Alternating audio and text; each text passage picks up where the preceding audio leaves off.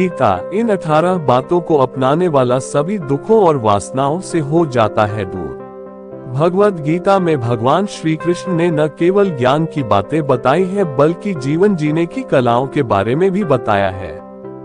भगवान श्री कृष्ण ने अर्जुन को जो गीता का उपदेश दिया है वह हर मनुष्य के लिए प्रेरणा स्रोत साबित हो सकता है।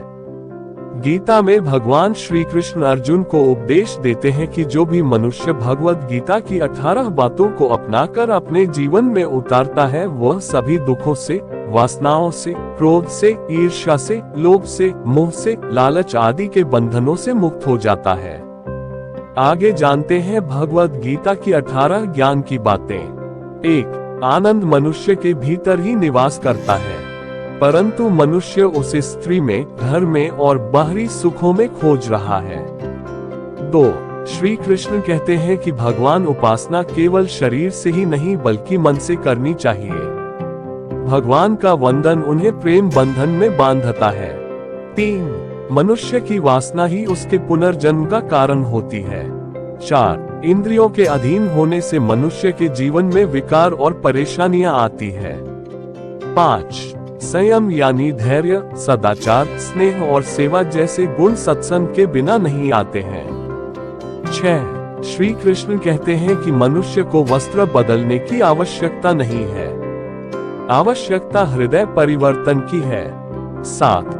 जवानी में जिसने ज्यादा पाप किए हैं उसे बुढ़ापे में नींद नहीं आती। 8. भगवान ने जिसे संपत्ति दी है उसे गाय अवश्य रखनी चाहिए। 9. जुआ, मदिरापान, परस्त्री गमन, अनैतिक संबंध, हिंसा, असत्य, मद, आसक्ति और निर्दयता इन सब में कलियुग का वास है। 10. अधिकारी शिष्य को सद्गुरु, अच्छा गुरु अवश्य मिलता है। 11. श्री कृष्ण कहते हैं कि मनुष्य को अपने मन को बार बार समझाना चाहिए कि ईश्वर के सिवाय उसका कोई नहीं है। साथ ही यह विचार करना चाहिए कि उसका कोई नहीं है, साथ ही वह किसी का नहीं है। 12. भोग में क्षणिक क्षण भर के लिए सुख है, साथ ही त्याग में स्थायी आनंद है। 13. श्री कृष्ण कहते हैं कि सत्संग ईश्वर की कृपा से मिलता है, परंतु कुसंगति में पड़ना मनुष्य के अपने ही हाथों में है। 14.